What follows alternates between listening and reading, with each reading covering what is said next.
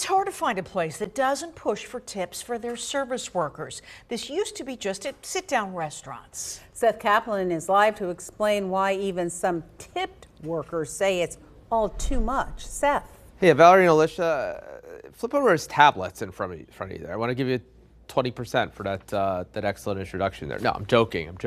But that is what is indeed happening at more and more order at the counter restaurants and beyond. You go and you're at a sporting event, you're paying $6.50 for water, you know, and then you're expected to tip on it. They have a huge margin on that. They're selling 1 million of them. You know, you're paying $12, $16 for a beer. You know, you're paying $3.25 here. Here is Flinchies in Lower Allen Township, Cumberland County. He is Matt Flinchbaugh, who says there are two very different kinds of tipping. The long-standing kind in restaurants like his, wait staff earning base pay of less than $3 an hour. These people come in, they're here 10, 12 hours.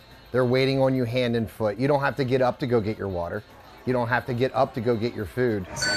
And then the tip jars everywhere else, physical and virtual. Oh, every time, yeah. Brooke Donor always tips people like the folks making coffee at Little Lamps in Midtown Harrisburg. I mean, someone's making you a drink. I think it's the polite thing to just, throw an extra dollar. It doesn't have to be much. The tricky part, distinguishing what she considers polite from what's pretty much required. State Senator Kristen Phillipshill worked her way through college waiting tables. Who's making $15 an hour behind the counter versus who's making a tipped wage and relying on those tips for their living is really hard for folks to discern. Economist Stephen Herzenberg of the liberal-leaning Keystone Research Center says, well, then don't have the difference. Workers in general should make enough to support themselves, and they should make enough to support themselves without tips. In other words, full minimum wage before tips. The benefit of the current system, according to Flinchbaugh, it keeps you from buying a $30 cheeseburger.